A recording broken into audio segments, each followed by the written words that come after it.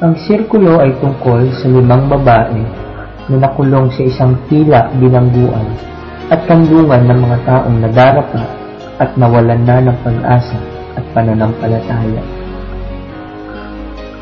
Si Magdalena San Pedro, ang mapagmataas na asawa ni Pastor Abe San Pedro, na pinagtatakpan ang kanyang mga kahinaan sa pamamagitan ng pagbigkas ng mga talata sa Biblia at panduduro sa pagkakamali ng iba.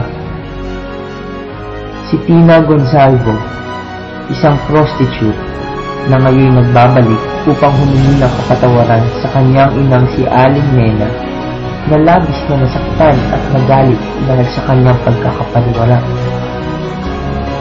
Si Ceres Tacorda, isang inang tila pinanawan na ng katinuan matapos nitong ipalaglag ang kanyang anak nang hindi ito panagutan ng ama ng bata.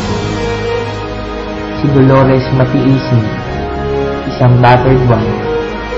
Ang pagtakas mula sa kanyang abusadong asawa na si Elias ay ang kanyang paraan upang protektahan ang kanyang sarili. At si Miriam Labrador, isang babaeng pinalikuran ang kanyang pananampalataya sa Panginoon matapos ang sunod-sunod na trahedyang dumagok sa kanyang buhay at sa kanyang pamilya.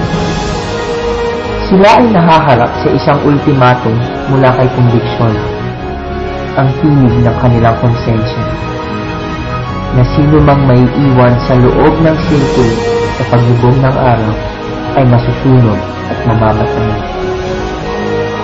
Kung masusunog ang mga bilanggong ito, o tuluyan silang makakalaya matapos magpatawad at manumbalik sa Diyos, ay isang malaking katanungang masasagot lamang sa katapusan ng dula.